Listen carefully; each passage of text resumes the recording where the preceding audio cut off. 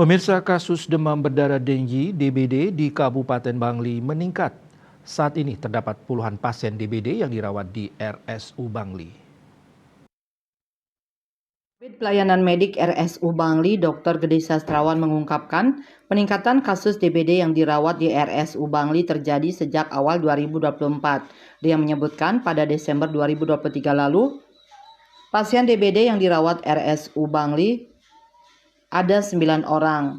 Jumlah tersebut kemudian meningkat pada bulan berikutnya.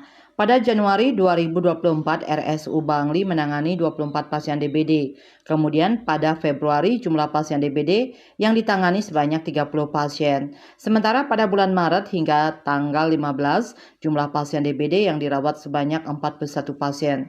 Pasien DBD yang menjalani perawatan di RSU Bangli sebagian besar dari wilayah Kota Bangli. Beberapa di antaranya merupakan pasien anak-anak. Dari sekian pasien tersebut, ada 4 pasien yang harus dirawat di ICU dan ada 1 pasien lainnya dirujuk ke Rumah Sakit Sanglah.